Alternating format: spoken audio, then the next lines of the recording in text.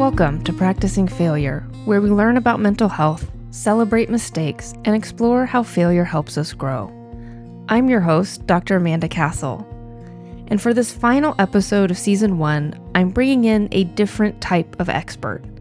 I'm delighted to introduce to you Ben Cassil, an improv comedian based in Los Angeles. Ben teaches and coaches improv, hosts the comedy podcast Live from the Big Apple, and performs regularly with his team, Cosmo. Welcome to the podcast, Ben. Thank you. Wow. What an honor. This is believe it or not, first psychology podcast I've been on. I choose to believe it. Hey, we all make our choices. I'm so thrilled to be here. I'm a huge fan of this show. Oh, thank you. I've learned a lot from each episode. And it's always exciting to dive into these. And it feels very affirming, but it also feels like, oh, I will learn things from each expert you have on and how they have been talk about failure. Such quality experts. I've been really excited. I've recommended this to quite a few improvisers when people bring up things in practices or whatever, or in classes where they talk about specific issues. This is a great one to refer to because people are so afraid to fail, and it's such an essential part of growth.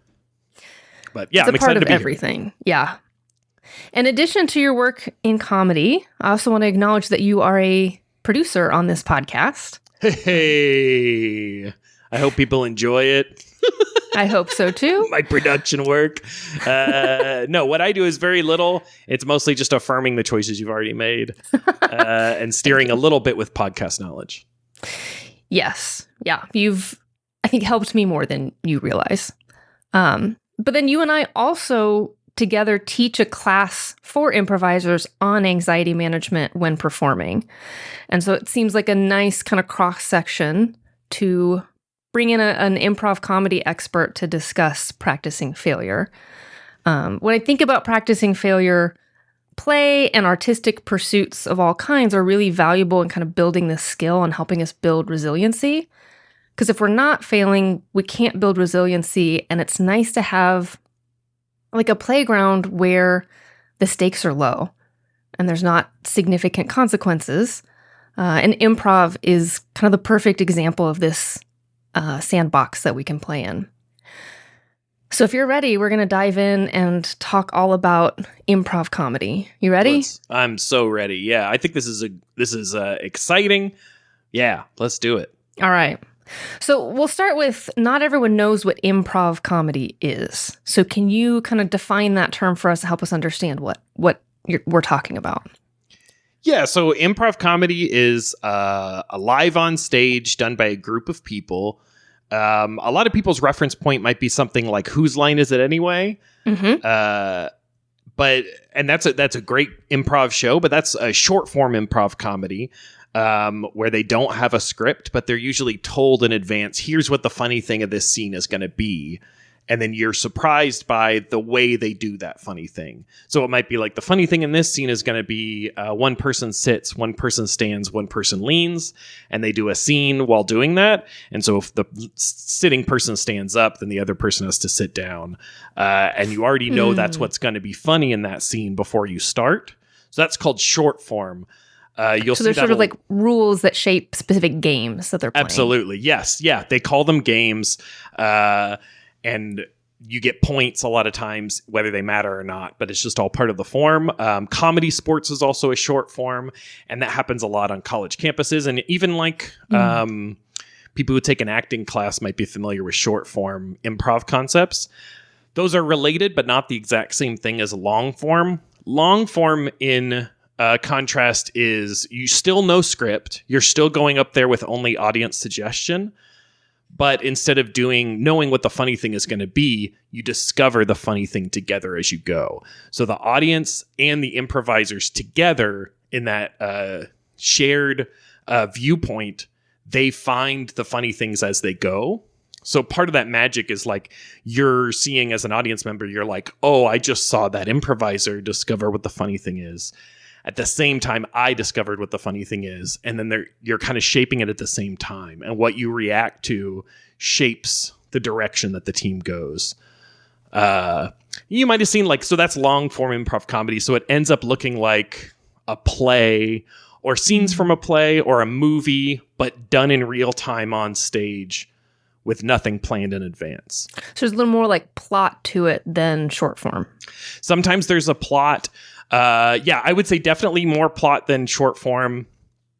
And there's more of like a through line, for lack of a better term. Like you'll often see, even if it's not a cohesive plot throughout the whole show, like a story in each scene. Yeah, a story in each scene. And then themes from that story will often get connected through.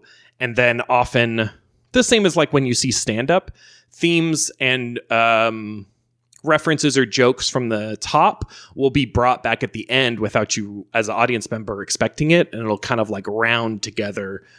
They call those connections or callbacks. And it'll have this feeling of like cohesion. It's what causes like a lot of that shared discovery together, and that cohesion brings this sort of magic feeling to it that after shows people are often like, are you sure that wasn't written? If they're not familiar with improv. It is so fun to experience that in the audience. Like my preferred role in improv is the audience.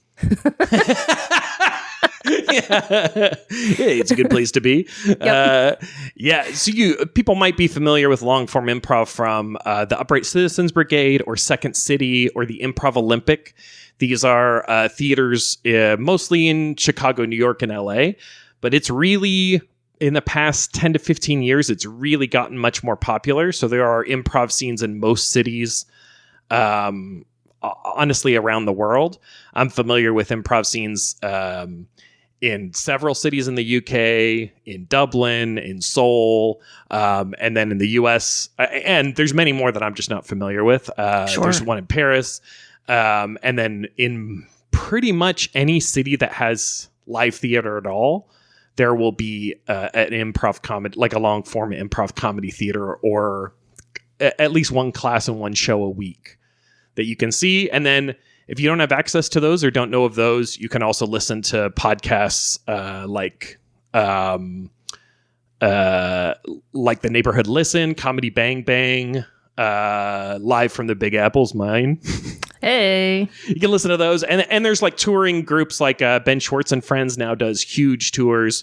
Dropout Comedy, the streaming platform, has improv on there and they do huge tours. Yeah, that's long form. Yeah. It's so woven into a lot of places, but we don't necessarily know to be looking for it. Yeah, I agree. So you'll see this like common refrain in like entertainment industry interviews when they have a movie, like a fun movie or a fun comedy. They'll be like, was a lot of that improvised? And actors invariably will be like, yeah, a little bit.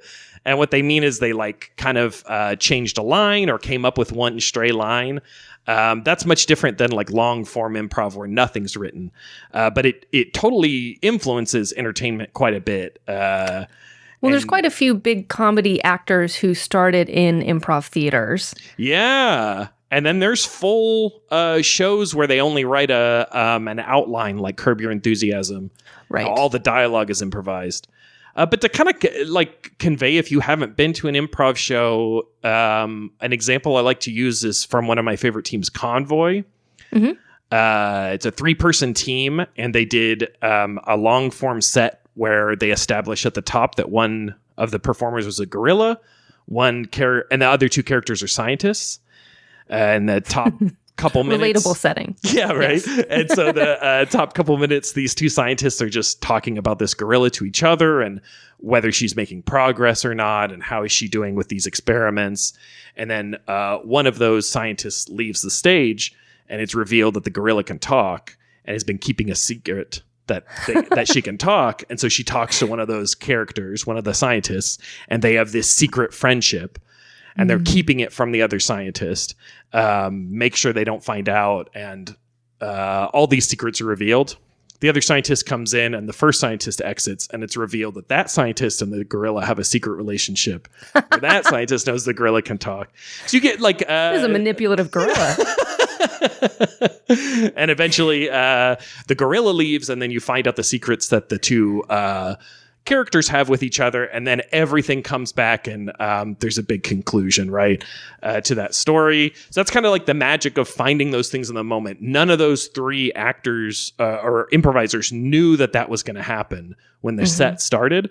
They just went off. I believe the suggestion, if I remember right, was like zoo, and that all came off of zoo, and that's all they had, and just making choices together and agreeing on things, and following what they found funny. That's what happened. Agreeing on things is a big tenet in improv. That's the classic yes and. Yeah. Is kind of the frame. What do comedians mean when they say yes and? Great question. So yes and is like the fundamental tenet of improv, short form and long form. It's kind of a life advice thing to some degree. So the yes and is agreement. Okay. In the context of improv, what we mean is like when you're setting a reality, you have to agree on that reality. So if you and I are in a scene and I say, hey, Mom, thanks for taking me to school today. Is it okay if I just wait in the car for 5 more minutes? I really don't want to get out yet. And you say, yes, honey, like, I understand school's so scary. You're agreeing that you're my mother and we're in the car together, as opposed to if you said, why are you talking to me like that? I'm Buzz Aldrin, and you're about to step the first man on the moon. You're about to leave the lunar module. Then you're denying the reality that I built, and the audience doesn't know what to believe. That will get a laugh, right? It'll get a laugh, but there's an interesting, because I've seen that happen. Mm-hmm. There's an interesting sort of shutting down. Yes. Not only of the people on stage, but you can feel it in the audience. Oh yeah, it's one of the things that leads to people not wanting to watch improv is that feeling of, oh, they're not being supported and they're being left out to dry. It's an icky feeling. It leads to like very disconnected scene work. But yeah, so that's the yes and is that connection and saying, I hear what you're offering me. I'm going to agree to it. So we are in the car. I am the mom. Yes. Yeah. And I'm going to add something to this scene. Exactly. The and is adding additional information. And now that additional information might be like, you have a test in economics, the first period, you got to get out. Or it might be reacting emotionally. So it might be like, oh, honey, I feel so bad for you that you don't want to go into school today. And you're yes, I am your mother. Yes, you are my kid, and we're in a car, and you're about to go into school, and I feel concerned for you, and you have a test in econ. So that's yes, and it continues throughout the scenes. Does that make sense? Yeah, and it builds. It builds. And what comes to my mind as you're saying that is how scary that might be, because you can't plan ahead. Yes. And it forces you to be very present and ideally listening well. Yes. Which even just in average small talk, a lot of us struggle with. Yeah. Yeah. If you are the type of person who, when you're having a conversation, you find yourself checked out of what the other person's saying and waiting until you can get your story in. Improv is often a big challenge, but to me, a very helpful challenge. Right. It gives you a space to practice. Exactly. Yeah, that's a great way to put it. It's like you're practicing being a more deeper or more careful listener, and that presentness that you have to listen well like that and not plan ahead. It's honestly like what takes people years and years often to find. And when we see the most magical and fun improv shows, it often evokes that same like childhood joy that we had when we were playing house or inventing a whole world in the backyard with swords and dragons and castles out of nothing, without rules, and just like adding to each other's, like, yeah, I'm the Blue Knight and I can kill anybody with my laser eyes. Yeah, you have laser eyes and I have heat vision. It's like, yeah, if we just agree and let go of us trying to control or plan the set, it's so much different than if you're trying to plan ahead. Yeah.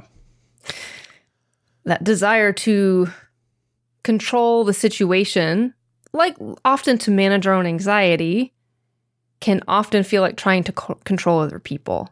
100%. Yeah. I think many people struggle with that in life. It's a way to like protect yourself from being vulnerable, is to control a situation a little bit. It's kind of also like when you're in school and you get assigned a group project. There is often one person who's like, okay, here's what we're going to do. And I'm going to do most of the work. And I'm going to give you all little assignments that you can do. But I'm going to do it all. And you're going to turn them into me. And then I'll make it look good because I'm the A student or whatever the case is. Just like in that situation, how that can feel a little funky, or you don't end up with the best product always. In improv, when people have that instinct, it ends up being hard, because if one person's feeling controlling and another is not, you can end up with an okay scene. If two people are feeling controlling and neither cedes ground, it's awful and uncomfortable. But yeah, generally it's this practice of feeling that present moment and letting go of control and letting go of judgment of yourself and others, so that you can discover, what do we get when we're here together? I mean, that's such a lesson in life. When I listen to people who've been doing improv a long time talk about these dynamics on stage, there is so much that overlaps with like couples work or family therapy, of like, do we control other people, or how do we kind of foster this co-creation of a world together, an experience together, and manage our own anxiety so that we're not controlling and stifling the relationship. Right. That makes a lot of sense. Yeah. Yeah. I think there's a lot of doing this workshop with you. I've learned how much overlap there is with psychology. Yeah, it's exciting. Which just kind of makes sense, because psychology is human relationships in any form. And so it's going to map onto like any form of career or play or interaction. Yeah. But a lot of times we assume something like improv is something that actors do. So if you want to be a performer, you want to get comfortable with public speaking, then you do it. But if not, there's no point. But I've known you to teach improv to middle school, to elderly, to people of all walks of life. So what might be some of the value of non-performers dabbling in improv? I think it's several things. You're right. Like I think most people think of it as like, oh, if you're in entertainment industry, whether you're an actor or a writer, improv is often described as like acting or writing at the same time. So it's good to foster those skills. And that's true. And that's a lot of the people who are doing it in LA or New York. But there's a reason this is huge in Austin or in Seattle or in Portland. These huge improv scenes, it's so fun. It's like creating, it's addictive, laughing with people with unconditional support, creating scenes and stories together where all the comedy is coming from what we're all laughing at as an entire room, the team and the audience together, as opposed to that feeling where someone's getting roasted. That's fine too, but it's very different. Where it's like we're all laughing about the absurdity of humanity or whatever the thing is. That's often what it is. Someone being so foolish together. We're laughing about that. We're not laughing at somebody. It's like, and that fun and that community feeling, as opposed to like, you could do dodgeball, you could do Toastmasters or Pilates class. Those are all great too. But it's something unique about like creating together. There's a very communal element to the experience. Yeah, absolutely. I would also say, like you pointed out, public speaking, it does help with that. So it does help you gain confidence on stage. Gets over that feeling of like, I have to be 100% prepared all the time for something. So that when in your work setting, when someone's like, oh, could you explain this to us? And you're like, I didn't prepare to explain that to you. How would I ever do this? Now you have a little confidence of like, I've explained things. There's something in improv called playing to the top of your intelligence. And that concept is like, often I'll be a doctor in a scene. I'm not a doctor. All my reference base for doctor stuff is personal medical things or TV. Right. Despite that, after years of doing it in improv, I'm completely confident I can portray a doctor on stage with no experience, or any profession. You just pull it and play it with confidence. So in the same way, like, you can play to the top of your intelligence in life instead of feeling like, oh no, I have to be completely prepared and on script. Yeah. So it sounds like it might be helpful with things like imposter syndrome. Absolutely. Yeah. Most improvisers feel imposter syndrome. I mean, that's a healthy thing to feel a little bit to of. a degree. Yeah. Forever. But so you're not a psycho. That's not how we were supposed to say on this podcast. So you're not a egomaniac. Great. Yeah.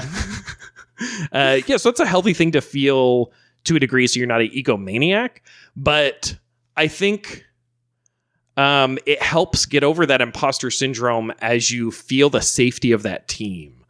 We're all doing this together, and when we fail, we all fail together. When we have huge laughs and a magic set that feels unreplicatable, that was an experience only because the 8 of us or the 4 of us were here together tonight. It also, I think, in that way, it's kind of like golf or any sport like bowling or something where you're in that pursuit of perfection or the pursuit of the perfect set. And it's addictive in that way too, where you're like, oh man, I can get better at this for my entire life without ever arriving, right? There's something beautiful in that pursuit of getting better all the time and making your teammates better all the time. There's 2 pieces that I want to touch on in here. And one is a phrase I've heard you use before of sort of the more shows you do, the more reps you get, you become less precious with each one. Because so if there's one performance I give, that is 100% of how I will be judged. Yeah. But the more I do it, the smaller percentage each of those becomes. Absolutely. So there's a phenomenon that happens with the common model for teaching improv is you take 8 weeks of classes and then you get a show. So it's like 8 weeks of classes, then you pass level 1 or level 2, and then you get a show at the end. Okay. And people will be progressing in each week of that class and feeling more and more confident. And then once they get to the show, it often is completely different and they play totally different. Less effective, more controlled, more tight because of that stage element. Because now they're being observed. Exactly. It's a totally outsiders. different experience. So like you said, the more reps you get on stage and the more reps you get in a classroom setting, that exposure makes the fear or the anxiety lessen as your body knows that it's safe. So it's like... it's exposure therapy. Yeah, it's exposure therapy. Yeah. And I'm a therapist, and I think I'm a therapist. I think the APA should acknowledge me. All improv coaches should be acknowledged by the APA. Yeah. You heard it now here I'm first. taking it back. I've seen the error of my ways. I think it's similar to exposure therapy, but by a bunch of idiots doing it. Well, I think it's a really good example of how we can engage therapeutic things in life. Yes. Sometimes with the help of a professional, and sometimes we just do it on our own because we want to get better. Yeah, and I love that. Therapeutic can happen in many ways. I think that's very well put and very keen observation. My buddy Jake Jabor has this school called We Improv in Los Angeles. And his model, which is spreading a little bit now, is like for each class you go to, you get a rep on stage. So you get a show for each. So it's like 8 weeks of class, each class you get a show, or 4 weeks of class, you get 4 classes, 4 shows. And I also teach at that school. And seeing it from the perspective of a teacher, you see people grow in such different ways, feeling the safety of multiple shows. I mean, it's the same. I'm sure it's like that in many fields. Like if you're giving a presentation at a business, this is a common refrain for improvisers when we try to talk about other fields, We're like, a big guy, people with files, and they have a big table. And, conference room? Yeah, PowerPoint. If you have to give a presentation once a year, it's incredibly nerve-wracking. But if you get to do that every week, soon it becomes like, hey, that might have not been my most effective presentation, but I got another one next week. It doesn't. It's less precious. Yeah, it's less precious. So each rep, and as you become less precious, you're not observing yourself as much. You're more present in the moment. You are able to hear your teammates and hear the audience and see the little tiny micro observations, where if you can amplify that and the audience saw it too, then it feels like this huge magical moment when you found that tiny little thing where somebody clearly was uncomfortable with an idea, and then you took that discomfort, amplified it, and put it under a microscope so we could all relate to the truth of it. And then when that becomes huge, it's like, oh my God, I saw that person kind of flinch when somebody mentioned first day of school, and we examined it, and then we saw a scene about it, and then we saw a whole set about being uncomfortable the first day of school, and I see myself in that, and it's like this beautiful, hilarious experience where we're all being goofy about the first day of school. There's an element of empathy in that. 100%. And that's a good byproduct of improv as well. It helps you hone your empathy skills. Your emotional awareness. Yeah, and being able to see other people's experience and relate to them even if you haven't had the same experience. Valuable life skill. Yeah. Yeah. We are different, and yet we have all these ways that we can relate and connect. Yeah. Yeah. The other piece, so there's that things become less precious, but you mentioned kind of being able to trust your teammates. Yeah. So one of my favorite teachers was Julie Brister, who's an incredible improviser and performer. I'm sure you've seen her on TV shows and stuff. She sees people so well, students, so well, and what makes them unique and what makes each person's voice unique, and then is able to articulate that in a way of like, I think of two concepts. One is like, sometimes there's a person that people will naturally feel less trusting of in a team setting or something. It's somebody who you can't relate to, or maybe they're not good at communicating, or you feel their anxiety or their discomfort. Or they remind you of someone that you knew then didn't like. 100%. Yeah. And it's when she's able to highlight, this is a strength this person is bringing into that scene, and this is your strength, and how they can interact. And these two people's strengths together are exponentially higher, not additionally higher, right? Not competing. Exactly. So it's like, she's so good at explaining those things to teams and classes that then you see them feel more safe and accepting of each other and excited to build together, as opposed to, this person's ruining my idea, or why did they not respond the way I thought they would respond?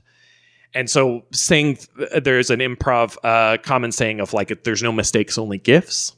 So you say, yeah, you set up this scene, and you said, we'll use the same example. You said, Mom, I'm nervous to get out of the car to go to school. Can I wait another 5 minutes? And I said, get out of here. Yes, that's unexpected. That's a perfect example. So if I was setting up that scene, I might expect you to be an empathetic mom. And instead you were an aggressive mom who's like, get out of my car.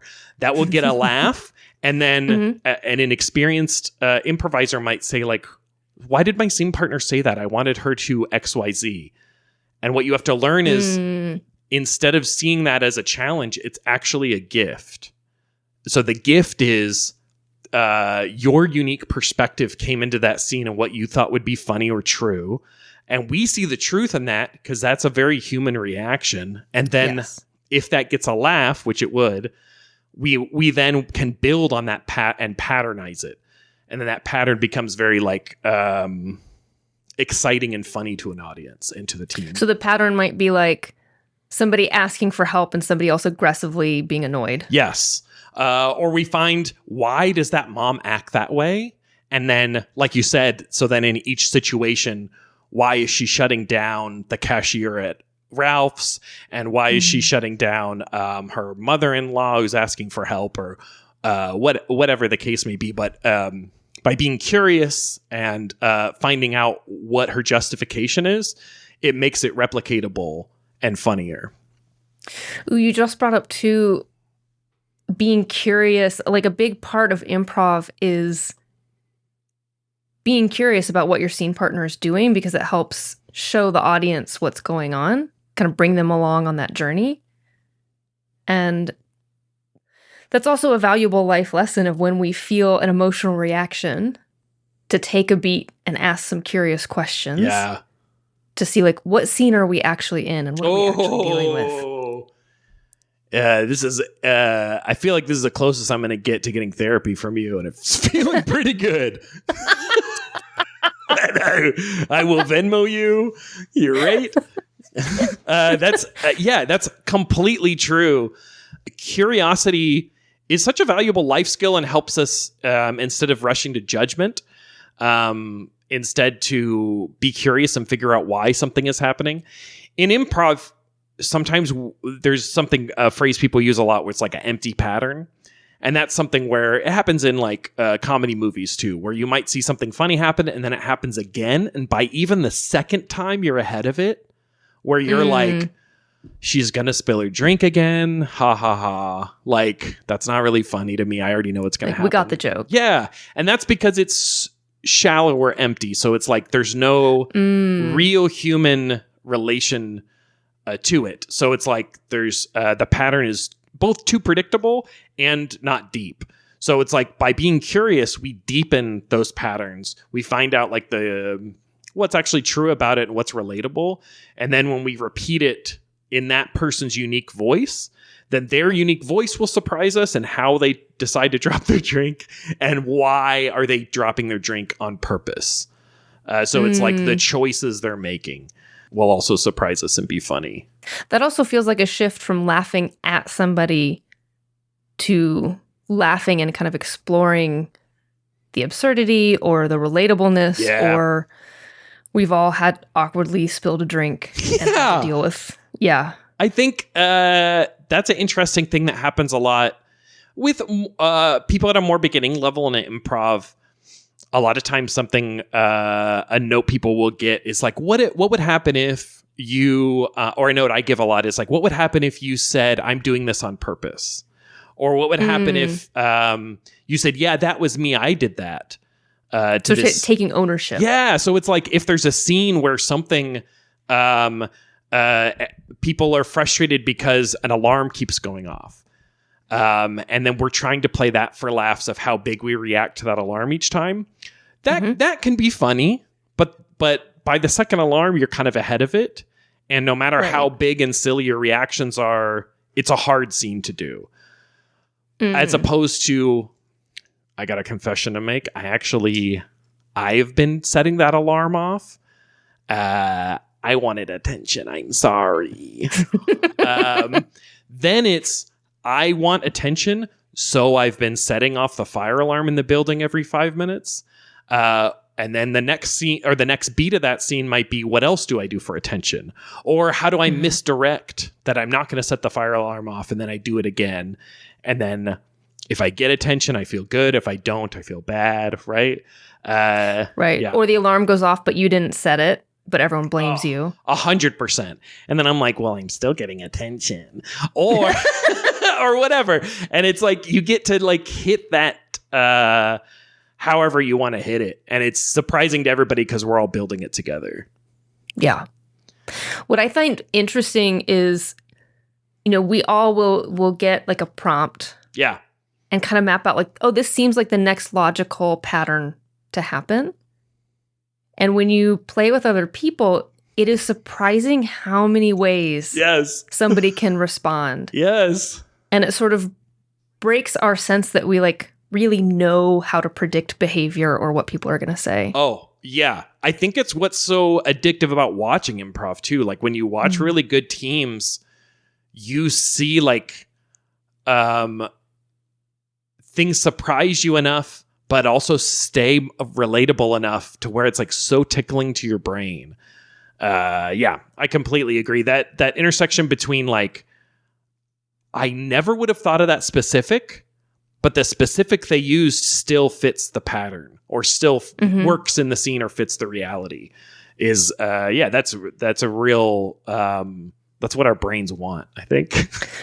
When you describe that like tickling or that surprise factor, what popped into my head is that feels so cleansing in a world of algorithms.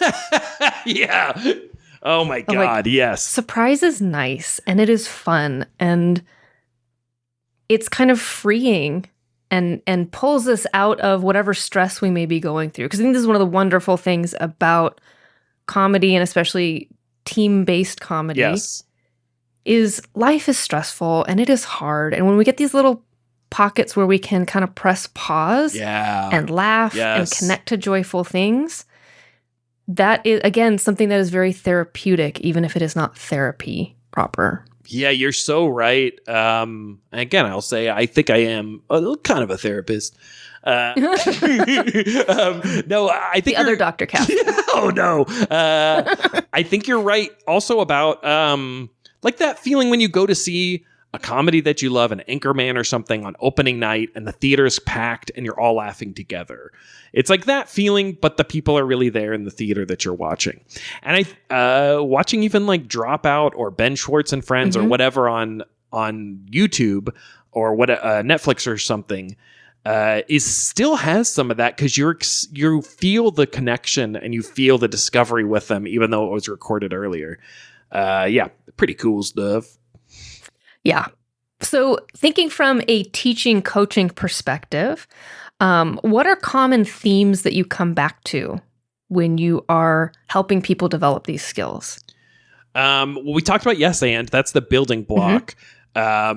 So a lot of times with yes, we come back to yes and a lot, and we come back to the specific and reflective listening with yes and, because sometimes people will be not denying something, but they won't be fully hearing what their scene partner is giving them. I feel like a great example of that is when you're watching improv and somebody says, "Hey, my name is Tom." And they're like, "Hey, Rob." Yeah, 100%. So it's like, I'm not trying to deny you, but I'm not fully present enough to hear it.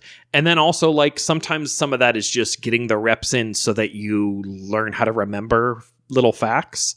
Yes, because they usually don't use the person's real name. Yeah, it's a completely new name. Easily filters out. Yeah. Yeah. There's also nonjudgmental awareness is a huge theme for me. Again, shout out Jake Jabor. If you want to read more about his thoughts on this, he has a book called Elevator Farts. Relatable. Where, he kind of... this is obviously not his idea, non-judgmental awareness, but he was the person that introduced me to it insofar as improv. And he got a lot of that from a book called The Inner Game of Tennis. So like applying these tennis concepts to improv. So non-judgmental awareness is like embracing failure as data points instead of... Love it. Yeah, right? I mean, I use this all the time. Yeah. In just a different way. Yeah. Absolutely. Yeah. And so like we talk about, I don't even talk about it as failure necessarily, but like ineffective scenes. So instead of being like, this is something I talk about at the top of every set of classes. So like a new class, first day of class, I talk about non-judgmental awareness, and I talk about, we'll try hard in this class to not talk about that was a good scene, therefore I'm a good improviser, therefore I'm a good person. Nobody ever says the last part, but we often feel it. Well, when we feel like I don't get that laugh or I don't get the response that I wanted, it's very easy for that to turn into embarrassment and then shame, which is connected to how we see our worth as a person. 100%. That was a bad scene. I'm bad at improv. I can never do this again. I'm a bad friend. I'm a bad teammate. I'm a bad person. It's like, it's so... It spirals. Yeah. As opposed to, that was an ineffective scene. It doesn't connect to my identity as a person. Or that was an effective scene. That doesn't connect to my identity as a person. It's all just gathering data. So we work on that a lot, talking about scenes as hard or easy instead of good or bad. Moves especially as like, what made that move hard? What made that move easy, or what made that set easy? We talk that kind of like processing language we do a lot. And then another thing we talk about is initiating clearly. So being super clear, what's your who, what, where. So what's your base reality, we call that. Because without knowing a relatable base reality, so like a scene that feels real to real life, nothing will pop off of it and feel funny. Right, because the audience will feel unmoored. Exactly. Watching good improvisers set that frame, it helps the audience feel safe. Yes. And it's very interesting to watch of like, okay, you know what you're doing. I can drop in and just experience this. Yeah, it's a great observation. Really well put. It's true with stand-up too. If you see a stand-up who doesn't make you feel relaxed and like they're in control, you'll be on edge and it's harder to laugh. It's the same with improv and probably lots of things in life where it's like, if you initiate clearly and make us feel comfortable in the reality we're in, we feel comfortable about that this is a dentist office and we know the reality of a dentist office. It's portrayed normally. Then when this is the frame of dentistry. Yep. Then when it's like, okay, we're going to take out this cavity. And we do that normally just like any other dentist office. But just one little thing, instead of cotton balls, I use Twizzlers. So go ahead and open up. I'm going to Twizzlers in there. So when you see that, it pops off of the base reality. So the unusual because thing, I know what would be typical. Yeah.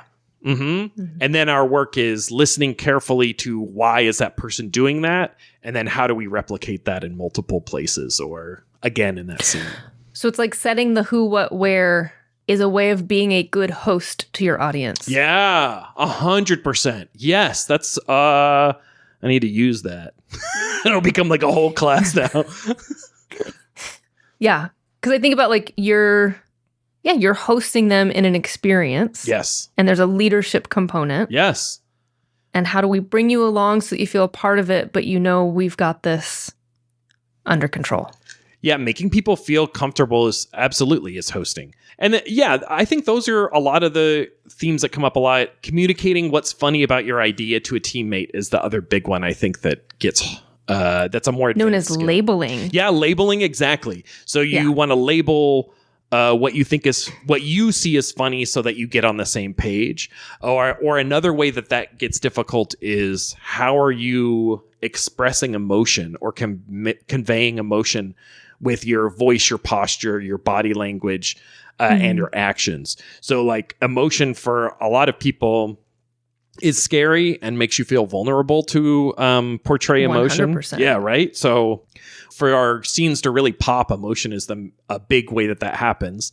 So in that way, the person who's being the funny one, like the dentist who's putting Twizzlers in your mouth is the funny one, but the person who will often get the laugh is the patient who expresses the emotion that comes up when you try to put Twizzlers in their mouth at the dentist's office. So they might feel overwhelmed or scared or a combination of several emotions. They might feel embarrassed for the dentist that they're being so weird. They might feel confused. If we can clearly convey those emotions, and then the next time another thing in that pattern happens, to convey them 10% more, and then 10% more, and then 10% more is where you get that exciting heightening in comedy.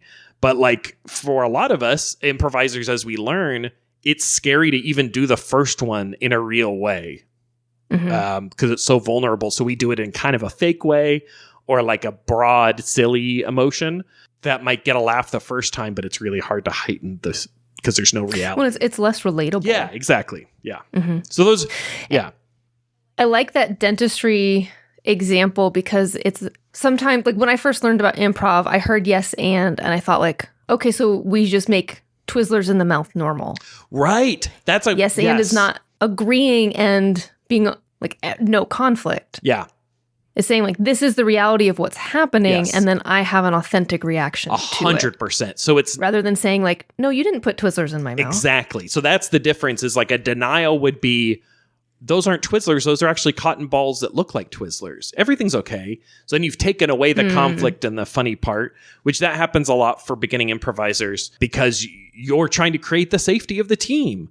And so if there's no conflict, then it feels safer and at least you're on the same page. But your first line can absolutely be like, no, don't do that. in any scene.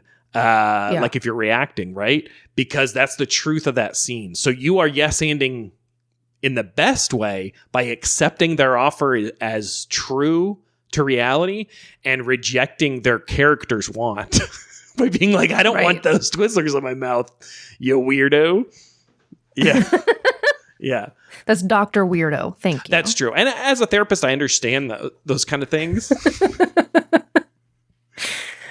Okay, so you've worked with a variety of teams over long periods of time. What are examples of types of growth that you see in people, either individually or collectively as a team?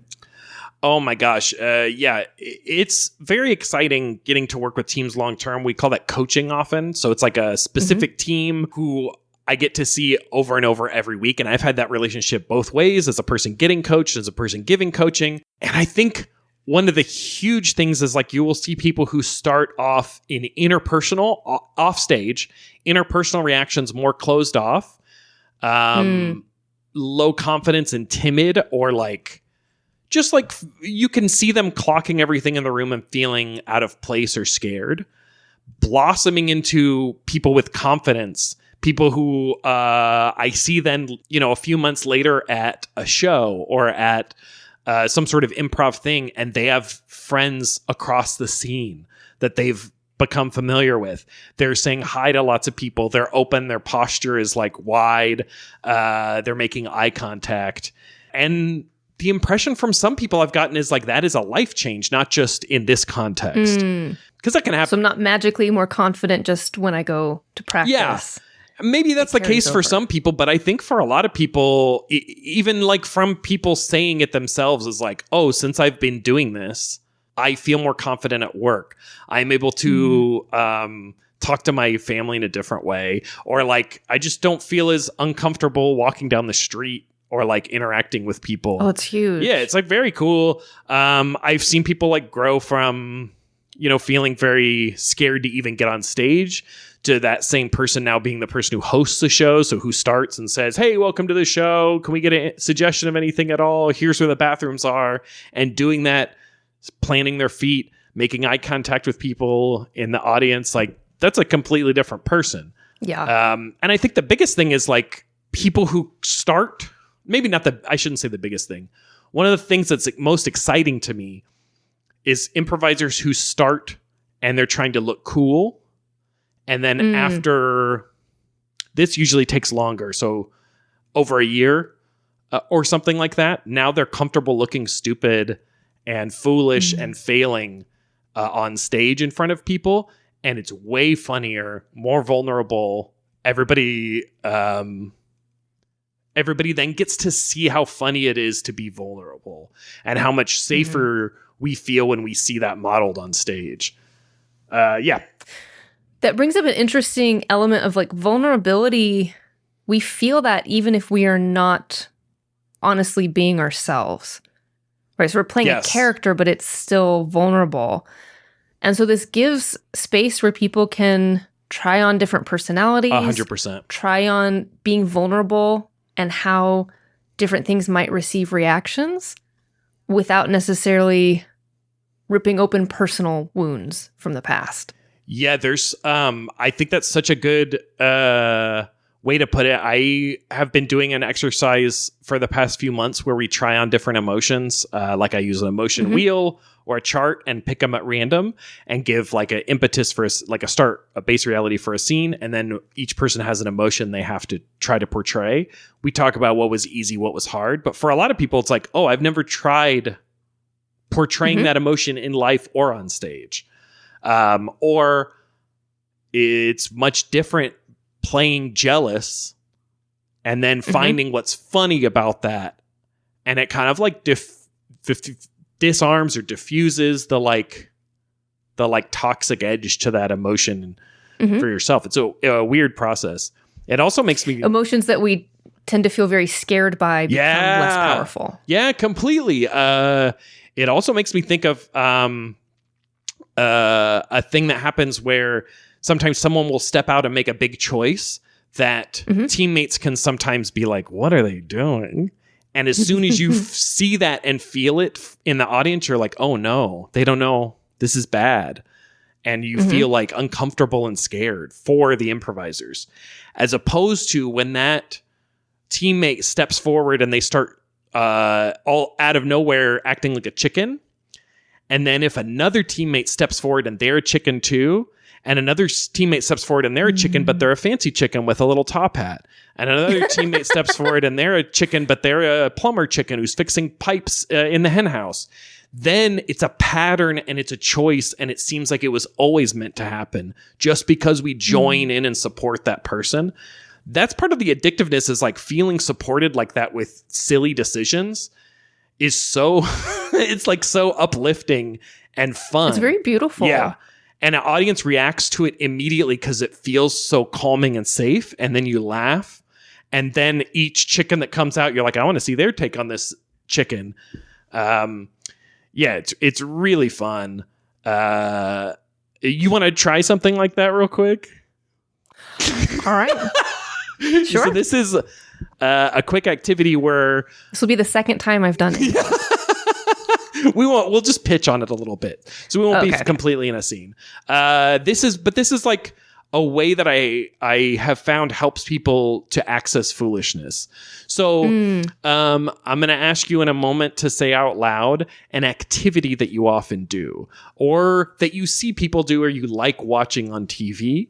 So just thinking of some kind of activity. An example of painting. Great. Painting is a great one. And then forget that you said that. And now think of something that someone might want in life. A normal thing for someone to want.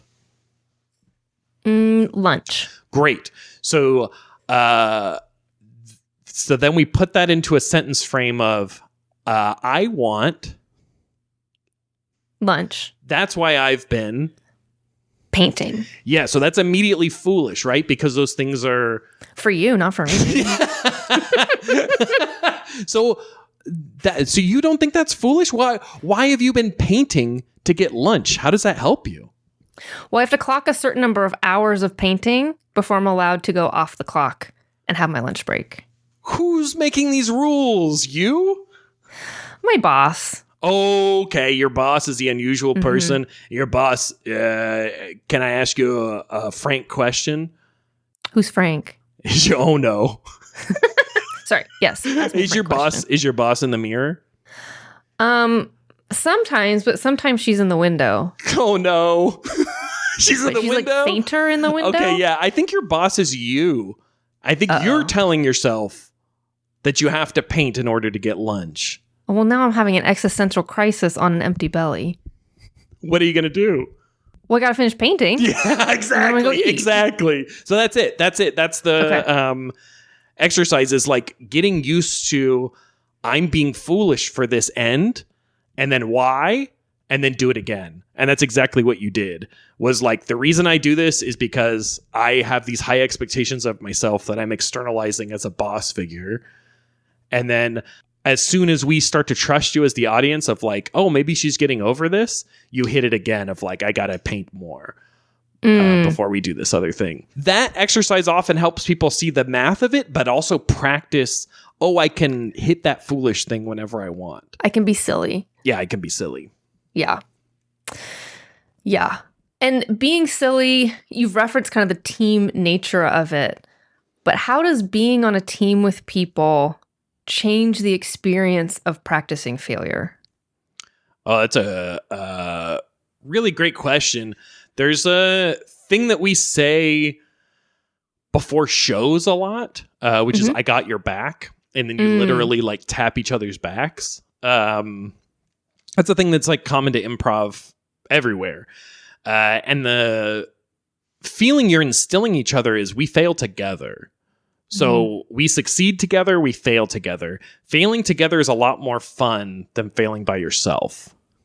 I would much prefer to have company. 100%. But kind company. Yes. And because we are all building reality together, and because all we have is each other, for most teams, I mean, it's not foolproof. There's toxic things that happen, right? And even whole communities that can be less helpful. But generally, people, failing as an improv team can be some of the most memorable and exciting sets you have. Because afterward, you go and eat tacos together and talk about how surprised you were by that move and why didn't the audience like this, and I can't believe I said this, what was I thinking, like all those kind of things, and you're cracking up and you're pitching on it together, and then you're just talking about life and stuff, and it cements that feeling. It's a really good reminder of how we bond through hardship. 100%. Yeah. Yeah. When it's also like what I was talking about earlier with the chicken thing. Mm-hmm. If you leave that chicken move out to dry, like hang them out to dry. Oh, like even you saying that, I feel my stomach drop and my heart go up. Yeah. I think it's what people associate when you hear so many jokes on sitcoms, or people, especially around LA, will be like, oh, I have to go to my friend's improv show. It's the worst thing ever. Mm-hmm. Because of that feeling, because of the time you've seen a set when one person stepped forward and they're like, I'm a chicken now, and nobody else did it, and they felt the judgment and insecurity of their teammates, and we all feel that, and then we're reminded of how awful it felt the first day of fourth grade. It's very wounding. Yes.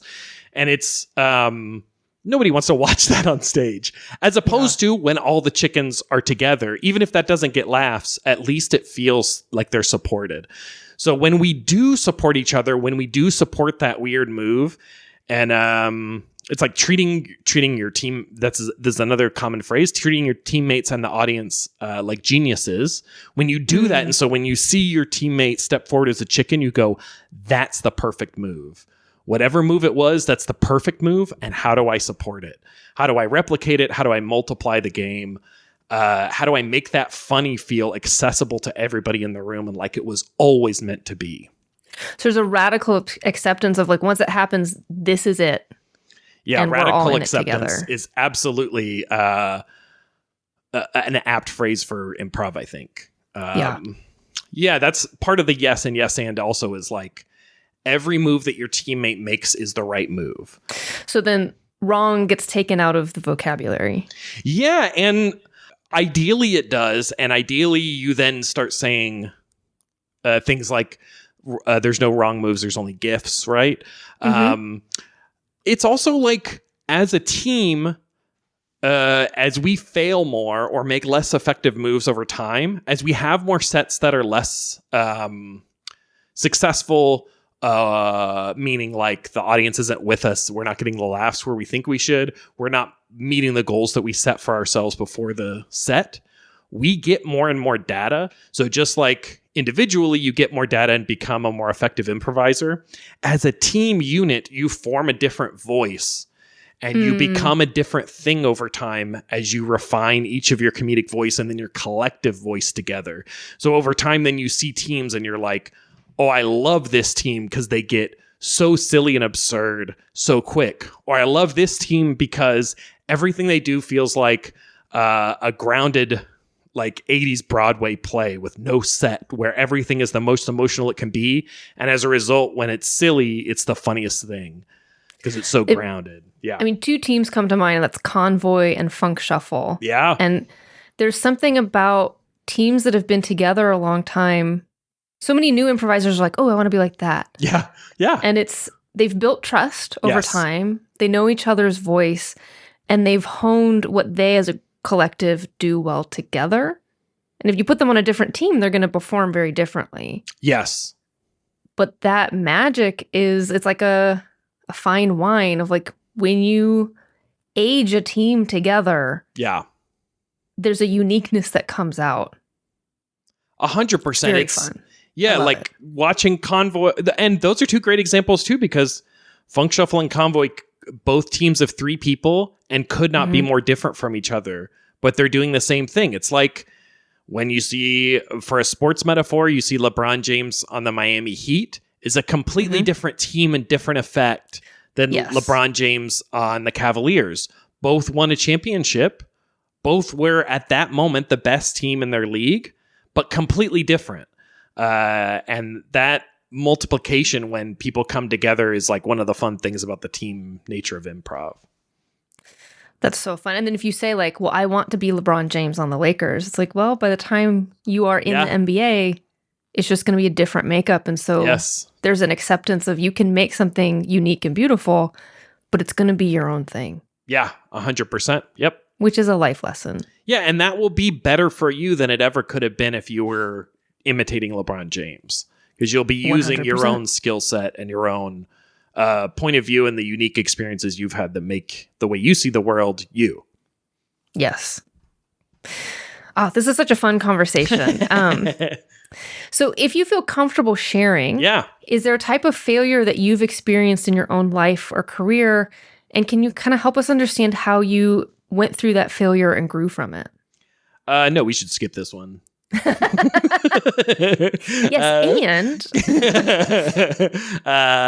yeah, I would love to. So from a young age, I've loved teaching others. As you can probably hear when I talk about it, it's so exciting to me to see people grow and being able to communicate things I'm passionate about with other people.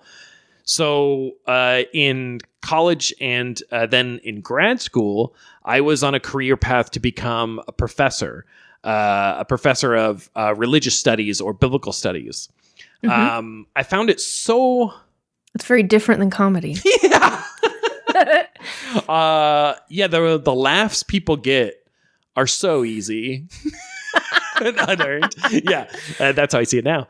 So I wanted to be a professor at a college and teach about religious studies and biblical studies, especially because growing up and even as much now, it's very easy to see in our country how people make the Bible say things it doesn't say, right? So like it's a text that talks about empowering women, caring for oppressed people, welcoming immigrants, enacting justice. And you see it used by people nefariously to say we should oppress immigrants and give women less rights. And like all these things that are clearly not true in the text. So for me, part of that calling was, or like part of that career path was to say, I want to help people see this text for what it says and the cultural context in which it's said. And in that education to hopefully help guard against it being misused so much. So what lit me up about that was the teaching part and like understanding it better myself. So I went to grad school for that, and then kept going to grad school with a second doctoral type degree. And along the way, I just kind of knew, even by the time before I had started that second program, that I was wanting to do comedy more. It was something that spoke to me more. It didn't feel right. I thought like entering that second program, I'll learn more, and this field will start making sense to me, and I'll feel more passionate about it. Like something will click at some point. Yeah. I'll find like where I fit in this. But that scholarly life, especially being a professor, it was not about teaching at all. Teaching is like a tiny, so if I got my dream job, like teaching New Testament at Duke or something like that, teaching would be a tiny sliver of my life or of my career. Yeah. That's an unfortunate discovery for a lot of people in grad school is education is a very small part of academic careers. Yes. It's a lot of administration. It's a lot of publishing. So independent research on your own and writing, and with an emphasis of like publishing novel takes on things. So you're like trying to say new things about a 2,000-year-old or 6,000-year-old document and some 4,000 years. These stories are so old. They've been talked about for thousands of years. But what do I have to say? Yeah, it's so ego driven in that way. Yeah, I'm supposed to have a hot take, like you said, like, and then interacting with other scholars was very disheartening. People have such huge egos. Yeah. It's very acerbic. It's very selfish. And then from a practical standpoint, from like colleagues or classmates I had who were entering the workforce after completing like a PhD, they were faced with the choice of get paid very poorly and teach adjunct at a place where you feel like you have academic freedom, or compromise your ethics, teach somewhere very conservative where you feel at odds with their mission and then you get paid a normal rate and you get to actually teach, but you're constricted. Your voice is censored. Yeah.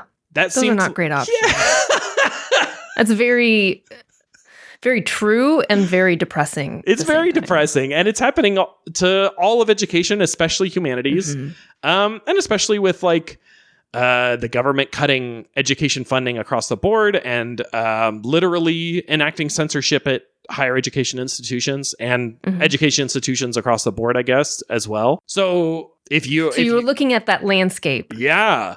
Looking at that landscape from the perspective I had 13, 14 years ago.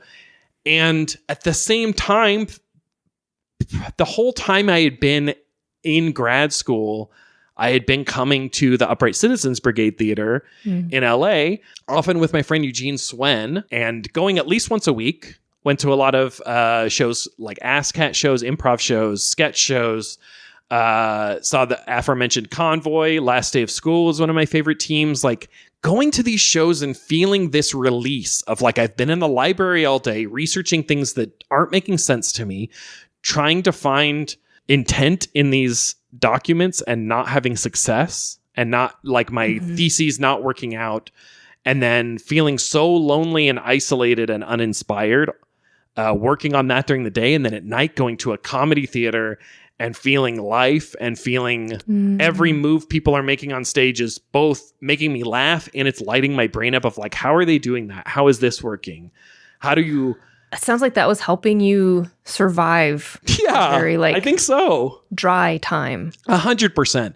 The combination of, so going to the Upright Citizens Brigade and seeing all those shows for... not quite, but 6-7 years before I took a class. Okay. At least. So like from, let's see, 2006 through my first class was 2014. So 8 years seeing shows increasingly. So seeing more and more shows over time for a long time, and just not seeing the possibility that that could be my life, or that could be something I would actually do. That you're allowed to go play too. Oh yeah, exactly. I was putting boundaries on myself that no one else was enforcing, but I just felt like that wasn't a career path that I was allowed to do. And eventually, like, yeah, and along with UCB, like podcasts had just started coming out somewhere in there. So Comedy Bang Bang was a huge influence on that decision. My whole life had loved comedy movies like Clue or The Jerk and all these, and Saturday Night Live, all the great comedy sitcoms. So comedy's always been baked into who you are. Huge. Yes, very much so. Yeah, I watch, it's not like I watch these often, but if I see home movies of myself now, I'm like, oh yeah, all I was doing was repeating jokes from Home Improvement or Family Matters or whatever, at a very young age, performing, trying to get laughs at every turn. And same with like when I was teaching biblical studies, trying to get laughs. Like laughs, I felt like that was when people learned and when people would really understand. When people are connected. Yeah, that was like the part that I was most excited about. And at some point having to be honest with myself, like, why am I not doing this? If I'm here and this is the place where I feel most at home, this feels like the most accepting community, the most fun and exciting thing in my life, why would I not focus on this? I can still work a day job and start taking improv classes, right? Which is what I did. But it was I think the failure part of it that felt so scary and hard was admitting to myself, I have to stop this program without finishing it, first of all. So I had to stop that doctoral path and say, I have a master's degree. I don't have this other degree. That's not done. So that feels like, that's like sunk cost, right? Of like all this money and time put into this that I can't get back. But then also realizing... But does that warrant spending more time and money? That was the fallacy I was struggling with, was like, how much more do I put into this to finish a thesis and then a dissertation? Which is so much work. It's a lot. And not fully believing that those papers would help anyone or that I had anything good to say about it. And admitting to myself of like, I can change. My perception of myself has to change. I have to like let go of some ego and let myself fail at something new and start from like an earlier, like a square one. I wasn't like, I quit the program officially like when I was 30. So it's like, that's not, I mean, super late in life or anything, but at the time it felt like, wow, all of my 20s and college and everything, had been dedicated to this pursuit. It was scary and it felt very vulnerable to be like, I'm not doing this anymore. And I'm taking a complete left turn into a totally different field. When we change directions like that, there's also the processing of like, how will other people view and judge this decision? Yeah. And several people in my life were very supportive when I was talking about it, contemplating it, of this seems like something you were always meant to do. And that makes a lot of sense for you. That's so validating. Yeah. And hearing that, I was just like, yeah, that I just had to accept a broader picture of myself than I had allowed myself to accept up to that point. So a bit of like a minor identity shift, but an identity shift of like, I'm not just this profession. I'm also like a bunch of other things. And there's an expansion in that. Yeah. And there was a weird feeling too when I finally started having regrets a lot of like, I should have done this when I was 20. Like I should have just started this right away. But then knowing like, no, like, or not knowing, like discovering that those experiences are still valuable and that still shapes me in a specific way. And knowing like maybe I would have not been as ready for that career at that time, just with my own personal development. Yeah. And yeah, I've been pursuing comedy for, I think, over 12 years now, and I feel so much more fulfilled and constantly challenged and surrounded by a community of supportive, hilarious people who constantly enrich my life, and feeling a part of a community in a place where I can build other people up. That was something beautiful. I wanted so badly to be the case with biblical studies or an academic life in general, but I could not find a way to feel supportive of others in that same way. That is something I've seen. The improv community tends to be a much more welcoming and supportive, yes. Like building people up. Sadly, much more than academia. Absolutely. And it's that's part of why people are so drawn to it and stay for a long time too, I think, is that it's supportive and enriching and exciting place to be. And the friends you make are just want to support you and lift you up. It's a place that people feel comfortable exploring new parts of their identities in. It's a place where people feel comfortable expressing themselves in ways they weren't able to before. And that, I think that speaks to like the work that improvisers do and like supporting each other. It's really cool. I love it. I think it's such a beautiful community. Yeah. And I felt so like embraced and encouraged by this community over the years. And yeah, that did inform a lot of how I see failure of like that when I was like, when I met with my advisor and told him I was quitting, not just that program and that he wouldn't be my advisor anymore, which for an advisor is also bad. It lowers your like percentages of who gets placed somewhere.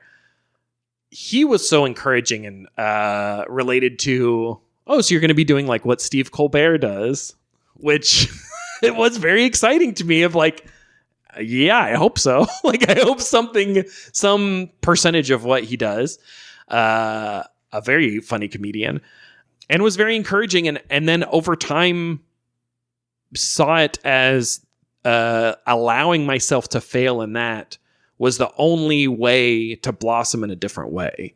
or in a different field. So if I had been bound up by wanting to only succeed at things or pursue things that I was good at already, my life would be so much smaller and more restricted at this point. I would be less happy and would have compromised in several ways, and would not have discovered this huge part of my life that I have now. So there's a liberation and a freedom. Yeah, I think that, failure. Mm-hmm. I think that's the theme that I would identify with it, is like liberation. Yeah. That's incredible. How long would you say from when you started realizing like maybe this is not the career for me until you felt like this was the right move? This was a gift to my future self. I will say I think I was feeling this is probably not the right career for me strong enough and consider, like, because we all have those doubts, I think, in every field. Sure. But shifting from like an imposter syndrome type feeling to a more genuine consideration, probably about 2 years before I quit, I was feeling that of like, this is not right, to then when I finally felt, oh, this is so exciting, I'm in the right field. Probably a little over 2 years. I think I felt before I took my first improv class, I started a comedy podcast with Eugene Swen, who I mentioned earlier, who is a hilarious person. He's a filmmaker out of Seoul now, great filmmaker. And he had been taking improv classes, and we started a podcast together, a comedy podcast about Gilmore Girls. And when we recorded that first podcast and I posted it and saw it up on, would have been 2013. So this was 2013. And that podcast posted on the Apple Podcasts server. And I saw it alongside Comedy Bang Bang and these other shows that I was such a fan of. I think that's when I felt like I'm in the right place. Like this is, and it was so easy and so fun. Like I'm doing the right thing. Yeah. And I was not skilled at that point. I was just doing it and learning on my feet. And I'm sure if I listen to some of those episodes now, I would be like, oh, I could make this so much funnier or easier. But I think that like that's the first project I did in comedy. And it felt, and the lessons you learned from that built into the future. Oh yeah, 100%. Projects. Yes. But yeah, I would say like it just felt like such a release of a burden of trying to be something I didn't feel comfortable being. So 4 years. Yeah. Yeah. And then soon after I took my first comedy class, and that was 12 years ago. And yeah, it's going great. Yeah. As improv has gained in popularity, this is my word of encouragement to improvisers. Ooh, love it. Because I love this community and I love this space that is being built for people to play. Is, people will make jokes about how dumb improv is. I hear it all the time.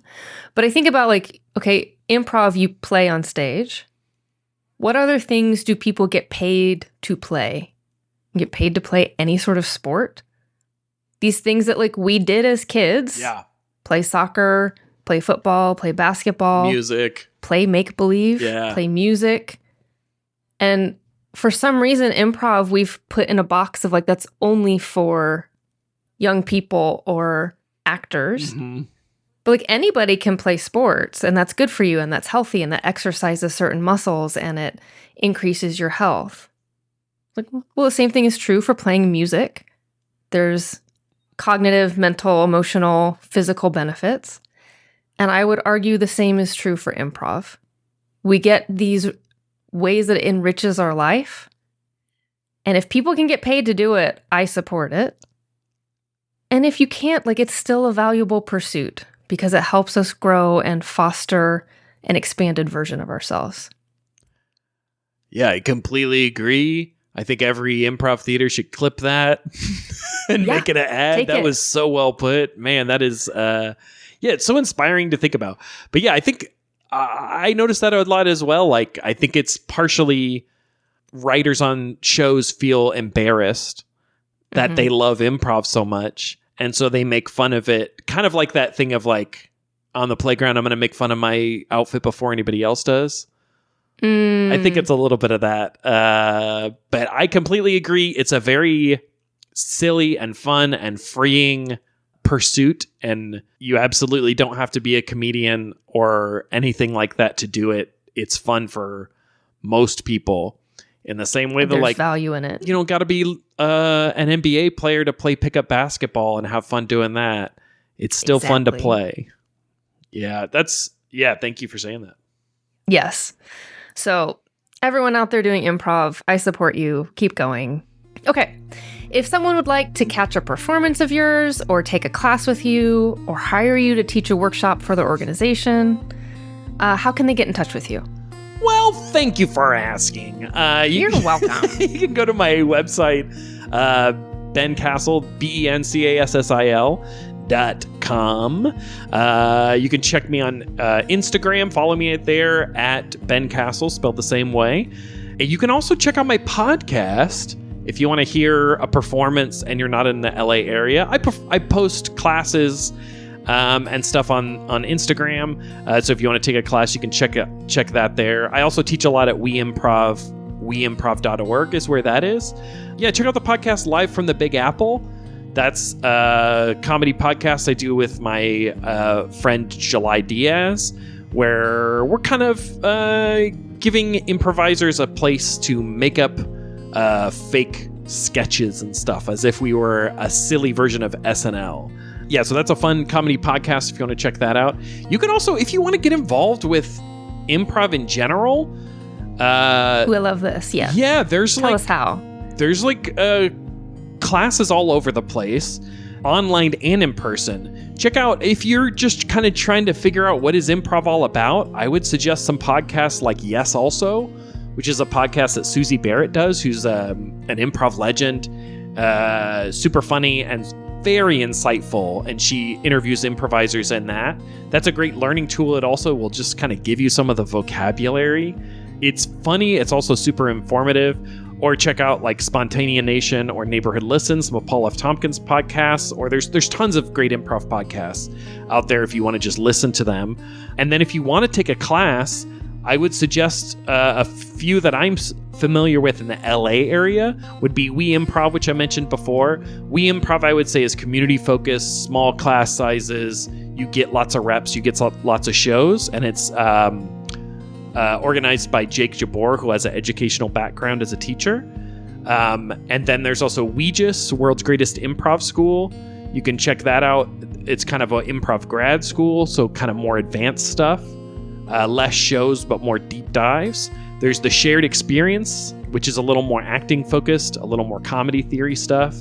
Or you can check out the Upright Citizens Brigade, is also great. That'll be larger classes, a little less personal, but it's so it's a time-honed curriculum that's great for like learning how to make a replicatable funny things. And a lot of comedians in LA take classes at all these places, and these communities are porous and kind of like interweave a lot. And they all have classes in person, but they also have stuff online. So check it out. And if you're having trouble navigating any of that or have questions, you can get in touch with me through Instagram or through my website. That's awesome. And I love, one of the great things that the pandemic gave us was a lot of these schools opened up online options. Incredible. And so you can access it if you're in a rural part of America, or if you're in a different country and you don't mind the time difference. Yes. Like, there's a way to connect with people who are also pursuing this. Yes. And may even feel safer to start with such strangers that are not in your everyday life. And so there's an entry point access for everybody. 100%. It's great. Yeah, it's a great way to get connected to do an online class. Ben Cassil, you are someone I could enjoy talking with for hours and hours. So thank you so much for joining me today and being the non-psychologist of season 1. Thank you, Dr. Cassil. This was such a great experience. I feel so honored to be here. Oh man, I'm looking forward to more episodes of this. I hope more come out. What a great show. And that's a wrap on season 1, but not on the show as a whole. So in an effort to make the podcast more sustainable with my workflow, I'll be moving to releasing episodes as I'm able to record them and process them. So stay subscribed on your favorite listening platform. You'll see the new episodes as soon as they arrive. You can also sign up for my mailing list or subscribe to my blog on my website at stempsychology.com. And you can follow me on Instagram at stempsychology, where I will also announce when new episodes are released. For Season 2, we can look forward to more deep dives with mental health providers, as well as potentially experts from other fields. So if you have a topic that you would like to learn more about, or you have questions from previous episodes, you can email me at practicingfailurepodcast@gmail.com. And finally, if you enjoyed this season, consider leaving a 5-star review on the podcast app of your choice as a way to support the show. For the last time in Season 1, thank you to everyone who listened today, and remember that failure is a necessary part of growth. So keep failing, keep learning, and keep growing. Special thank you to everyone who contributed to this project. Consulting producer and editor, July Diaz. Producer and graphic designer, Ben Cassil. Logo art by Josie Huang. Theme music by Daniel Rogers.